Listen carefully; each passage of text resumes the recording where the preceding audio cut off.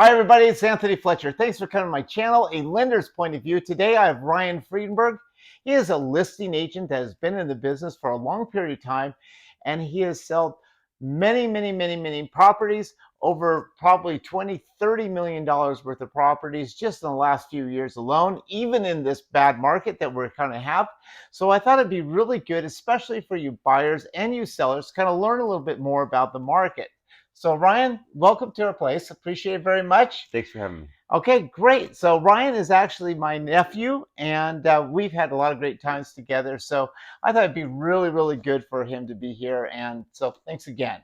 Yeah. Okay, so first of all, I guess what everybody kind of wants to know is, how did you get started in the business, and just kind of what do you, how did you get going? Yeah. So it was 2005, and I was in sales. Overheard my dad talking about selling a home, and he had a Mm-hmm. higher end price home that he wanted to sell. Asked if he had a real estate agent yet. He told me no, and I asked him if I, got my license here in the next few months, if he would allow me to be able to sell his house. So he said, "Well, if you can get it in the next 3 months, I'll allow you to do that." So I just went to school and got my real estate licenses, was able to list my dad's house. So that's how I got into the business. Was actually getting your license, was that pretty hard to do, or was it a long period of time to do it, or you take like 6 months or 3 months and a lot of classes and Yeah, tests? typically takes about 3 months. If you want to speed it up, you can. But yeah, fairly easy. And are real estate agents that, because there are a lot of them. I know here in Bend, Oregon, there's over 2,200 of them. Hmm. Is it pretty, as far as the real estates to get into the business, real estate agents, is it pretty easy for them to really get into the business, or are there some things that they have to overcome? Right. Well, every market's different. Some people do end up trying it on their own. A lot of realtors end Hmm. up going with a team. Oh, okay. And getting fed leads that way. Or you may have some sort of, coming in with some sort of talent or specialty that you can market yourself and get your clients going on. So, Got it. mhm. So when you got in the market, you actually met with, your first person was your parents, and how did that go? I mean, was that a really, did you have to learn a lot to in order to get that home sold? Did you have to deal with a lot of, consternation with you and the actual seller? Yeah, I definitely learned a lot on the first sale, and being with my family, there is certain kind of pulls and pushes that come with that. Trying to list in the family, so. But yeah, I've been in sales for quite a few years before I got into real estate, so it was pretty natural to me. Oh, okay. Hmm. And then when you're dealing with and you have a listing like this, Hmm. right? Do you get a lot of input from the other agents in your office as far as the sales price, things that you do to market the properties, or are you kind of on your own when you do that? Well, it kind of depends on what angle of real estate you're going to get into. I have kind of a specialty angle that I do. I just help listing sellers connect with top brokers in their Okay. area, and that's kind of my niche. So, I do a lot of referral business, so I actually don't have to get in there too much, and I kind of just look for people that want to sell faster and that want to sell for more money and help them connect with the best realtor possible in their area.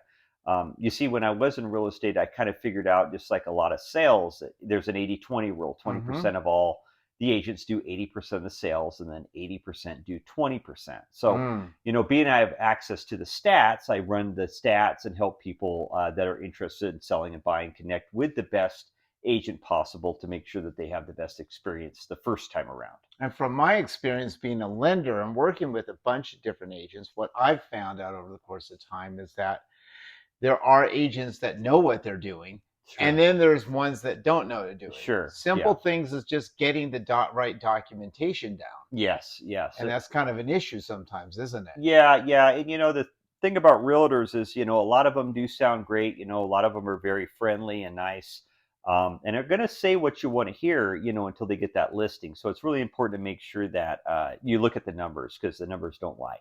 Oh, okay. Now, when it comes to what's a couple things that maybe, a seller, when they're looking about selling their house, Hmm.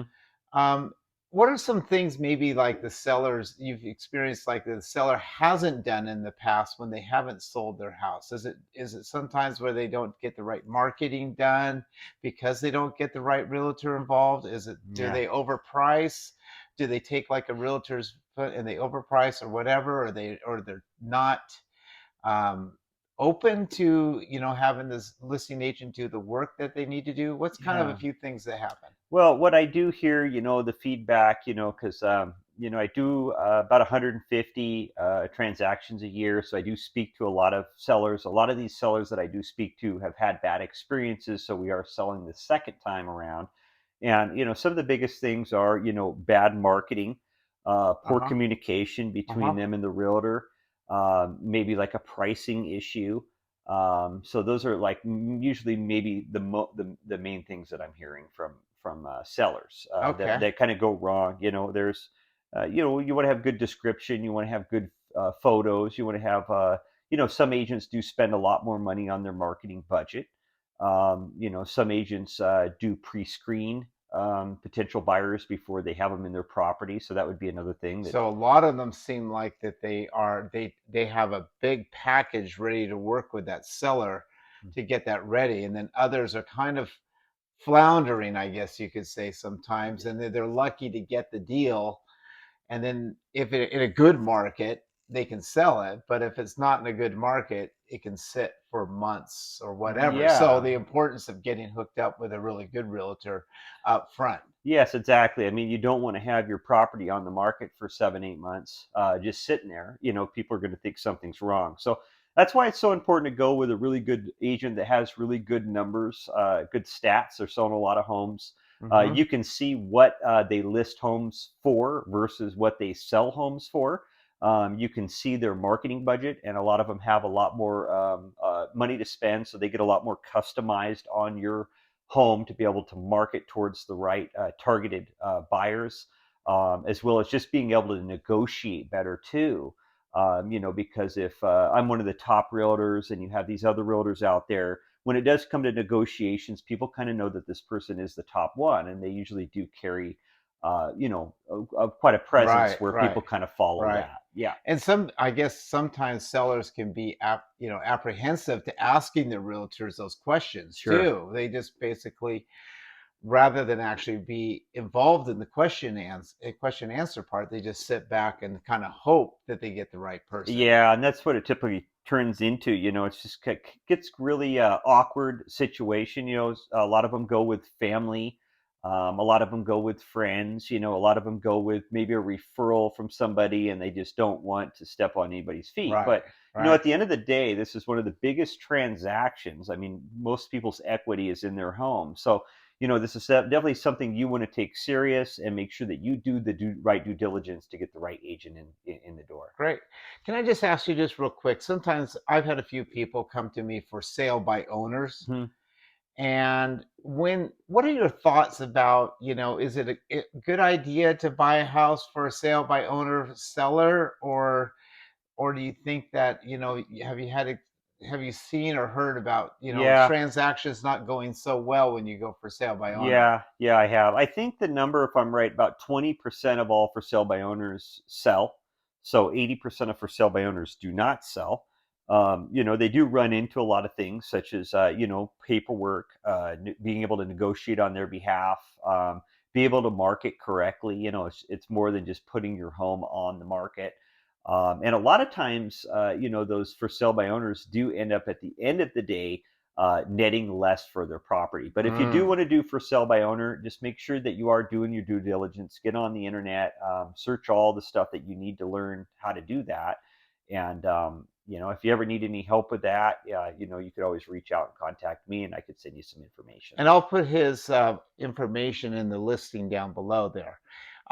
Couple of just quick questions. One other thing. Um, what should buyers do if they're interested in buying a property and they see a house listed by an agent?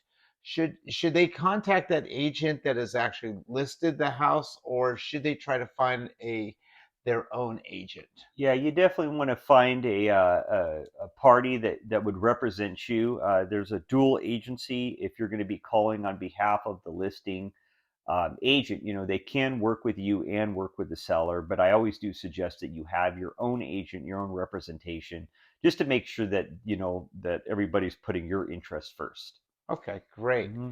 Now, on the market here, real quickly, it's been 2 years since COVID now, pretty Yes. much, Hmm. and we've had in Bend itself. What I'm seeing is that I'm seeing the market basically in Bend. We're pretty much in Central Oregon. We're actually up for the year, Hmm. Okay. and Portland from right here is about equal. Sure. Um, you know, are you experiencing, what are you seeing in the Well, market? Is it the same or is it up and down depending on the area that you're at? yeah. Well, every market's going to be different in every area, obviously. But I'm in this greater Seattle area, and what I'm seeing, we are seeing homes sell, but there's a lack of inventory on the market, and just everybody kind of not knowing necessarily where it's going to go. So. I know the rentals are doing really well right now. There's a lot of renters, so a lot of people that did have their homes on the market didn't fetch those top prices that were coming in, have decided to go to the rental market because the rental market is so good right now. So, that's we'll just have to kind of see. But yeah, it's definitely slowed down a bit. I mean, things are selling, but there isn't the inventory like normal. Okay, one Hmm. last question. Yeah.